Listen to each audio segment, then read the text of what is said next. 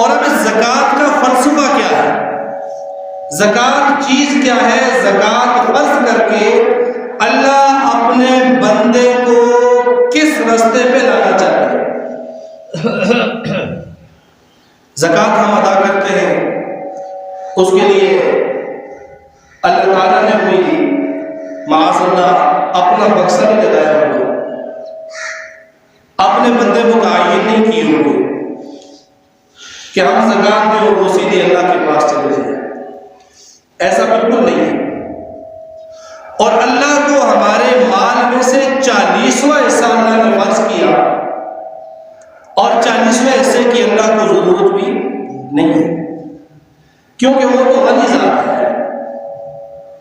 اس کی غنا کا یہ عالم ہے کہ پوری کائنات کو وہ رزق دیتا ہے، پوری کائنات کی ضروریات کو پوری کرتا ہے، پوری کائنات کے حوائج پر نظر رکھتا ہے، پوری کرتا ہے، اور سب کو دینے کے بعد بھی اس رب کے خزانے میں ذرہ برابر بھی کمی نہیں آتی۔ تو پھر اللہ نے زکوٰۃ کیوں فرض کی؟ اس کا فلسفہ کیا ہے؟ اس کا مقصد کیا ہے کہ اپنے مال میں سے 40واں حصہ ادا کر دو؟ فلسفہ اس کے اندر احساس ہے، احساس انسانیت۔ اللہ اپنے بندے کو کے مزاج کو بدلنا چاہتے ہیں، اللہ اپنے بندے کے مزاج میں دوسرے کی ضرورت کا احساس ڈالنا چاہتے ہیں، اور زکوٰۃ کا یہ جو فریضہ ہے یہ اس کی مشق ہے، یہ اس کی مشق ہے، ایک مزاج اس کا بنانا چاہتے ہیں۔ حقیقت کیا ہے کہ دل کے اندر وہ جذبہ، دل کے اندر وہ شعور، دل کے اندر وہ تڑپ پیدا ہو کہ وہ دوسروں کی ضروریات کو پورا کرنے والا ہے۔ صرف زکوٰۃ کے ذریعے نہیں، صرف اس 2.5% کے ذریعے نہیں، اس 40ویں حصے کے ذریعے نہیں، یہ تو مشق ہے، یہ تو لازم ہے، یہ مشق قرار ہے۔ اللہ اس چیز پہ لانا چاہتے ہیں جہاں تمہارے مال کی ضرورت پڑے کسی محتاج کو، کسی غریب کو، مفلس کو، نادار کو، اللہ کے دین کو، تو وہاں خرچ کرتے ہوئے تمہارے سامنے کنجوسی حائل نہ ہو، سالوں سال تم زکوٰۃ ادا کرتے رہو، یہ مشق چلتی رہے، تمہارے لیے خرچ کرنا آسان ہو۔ فلسفہ زکوٰۃ کا یہ ہے کہ اللہ اس سخاوت والی لائن پہ اللہ اپنے بندوں کو لانا چاہتا ہے، بندے کا مزاج بنانا چاہتا ہے، بندے کے اندر اللہ احساس پیدا کرنا چاہتا ہے، احساس کہ کسی کی ضرورت کے اندر کام آنا۔ اور انسان کی پیدائش کا مقصد بھی یہی ہے کہ انسان کو اللہ تعالیٰ نے درد دل کے لیے پیدا کیا ہے، دوسرے کا درد اپنے اندر محسوس کرنا۔ المومن کا جسد واحد، سارے مومن ایک جسم کی طرح ہو جائے، ایک جسم کی طرح۔ ان اشتکا عینہ اشتکا راسہ، جس طرح انسان کے جسم میں ایک عضو آنکھ کے اندر درد ہو تو سر بھی اس کا درد محسوس کرتا ہے، پاؤں کے اندر کانٹا چبھ گیا پورا وجود لرز جاتا ہے، کانپ جاتا ہے، تڑپ جاتا ہے، بخار ہو گیا تو سارا جسم برقرار ہے۔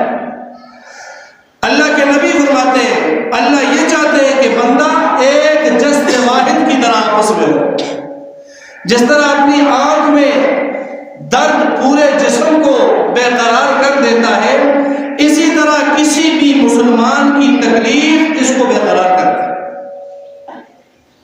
فلسفہ زکوٰۃ یہ ہے، وجہ زکوٰۃ یہ ہے، مقصد اس فریضے کا یہ ہے کہ ہمارے اندر احساس کا جذبہ پیدا ہو جائے، ہمارے اندر خدمت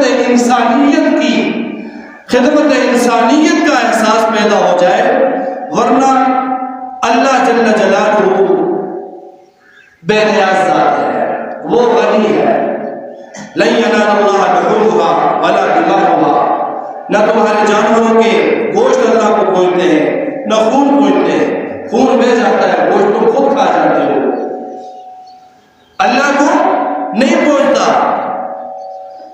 ضرورت نہیں ہے اللہ کو اس کی، اللہ غنی ہے۔ اللہ الصمد، اللہ غنی، بندے کے اندر اللہ یہ احساس پیدا کرنا چاہتے ہیں، بندے کو اس لائن میں اللہ لگانا چاہتے ہیں، اس لیے زکوٰۃ کو فرض کیے، اور اس زکوٰۃ کے بڑے فائدے بھی ہیں۔ قرآن پاک کے اندر یہ سورہ توبہ کی جو آیت میں نے پڑھی،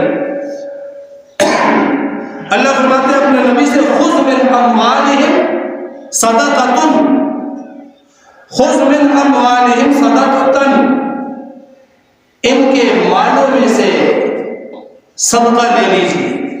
زکوٰۃ بھی صدقات میں سے ہے، یہ واجبہ ہے اس لیے اس کا نام الگ ہے۔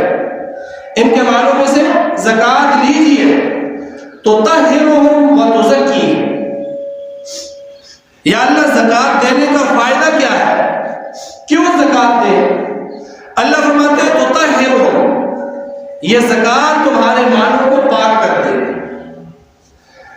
وتزکیہم، اور تمہارے حال کو بھی پاک کر دے، مال بھی پاک ہو گیا اور تمہارا حال بھی پاک ہو گیا، جسم بھی پاک ہو گیا، مال بھی پاک ہو گیا۔ اور یہ پاک زکوٰۃ کا معنی ہے اصل میں پاکی ہے، عربی زبان کے اندر زکوٰۃ پاکی کو کہتے ہیں، تو اس سے مال کی پاکی ہوتی ہے۔ دو لفظ اللہ نے ارشاد فرمایا کہ خذ من اموالہم صدقۃ تطہرہم وتزکیہم،